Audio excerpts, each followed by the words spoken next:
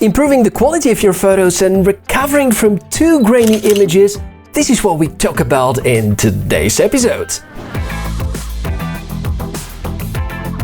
Hi guys and girls, welcome back to the official Recoverit YouTube channel.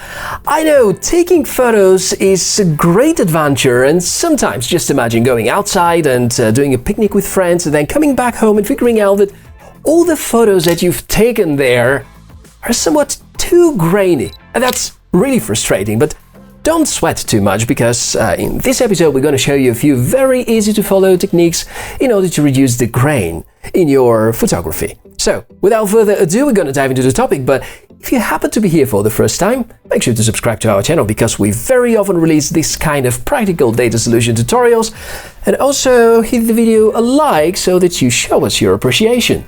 Taking a trip down memory lane, in the past, photographers relied on silver in order to improve their photography and increase the sensitivity under certain lighting conditions. Fast forward to these days, the most typical setting that would control the light sensitivity in the cameras is the ISO. If you have a too high ISO, it may make the imaging too sensitive towards light, and this very often results into grainy images, something with modern mobile cameras you can notice, especially in low light. Grain is a type of noise which we can notice after the photo has been taken, and while it's not very easy to remove it, there are certain techniques which A, can actually take care of bad images, and B, can teach you how to avoid making grainier images in the future. If we narrow down the most typical reasons to get grainy photos, I think of three major contributors. We already mentioned the high ISO settings, and especially with smartphones, this is a very typical occurrence, because that's the easiest. Increase the ISO to the maximum and just take this photo, but especially at 9, there might be a lot of grain appearing. There's a simple solution to that rule, because aperture, shutter speed and ISO are always working in a combination, and if you want to decrease the ISO value, then you might want to also decrease the shutter speed. Therefore, one of my suggestions would be put your camera on a tripod, try to shoot at lower shutter speed and decrease the ISO. The second obvious solution to grainy photos is going for a better camera. With image sensors, there's a basic rule. The smaller the sensor, the less light is reaching it. It's similar to the concept of windows in your room, you know? If you have a larger window, there's more light kicking inside the room. Therefore, if you go to an APS-C camera or a full-frame camera, or even better, something larger, that's going to give you the chance to take a lot better photos at lower ISO settings, and therefore there's going to be a lot less grain in your photography.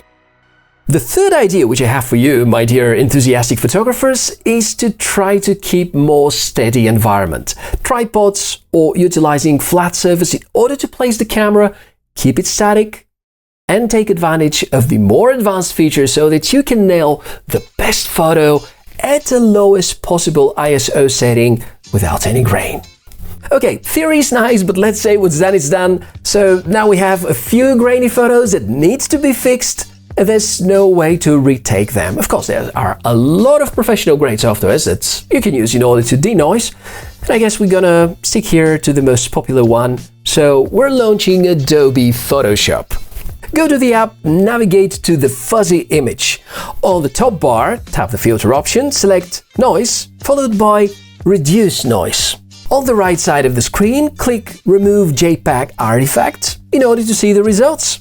It's very nice to have them side by side and compare before and after and enjoy these results, but remember that there's nothing better than capturing a properly exposed photo and just improving and enhancing the beauty of this photo in post-production. So let me narrow down a few ideas of how you can improve your photography.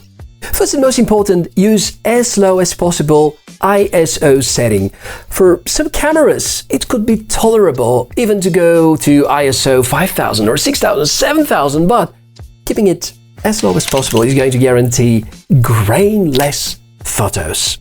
Secondly, shooting the highest possible photo resolution, because these megapixels, although being 2-3 more complementary to the original setting, they can bring a lot of additional data which, in post-production, might have a really important role. Thirdly, focus on the main object, and especially if your camera has a big lens allowing bokeh, that would be even better because it's going to allow you to expose your main target even better. That gives a lot of better option for post-production.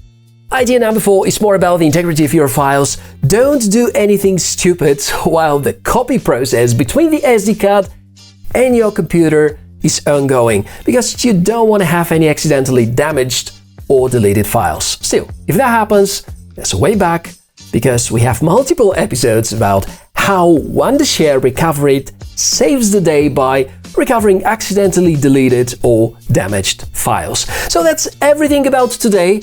We have shown you a few easy-to-follow techniques about how to make better photos, but also how to recover grainy photos after you've taken them and improve your photography skills a lot. And I hope it was useful, just like our other episodes about practical data solutions. And if you like the idea, make sure to be subscribed to the channel. I'm Michael and look forward to see you in our next episode. Bye!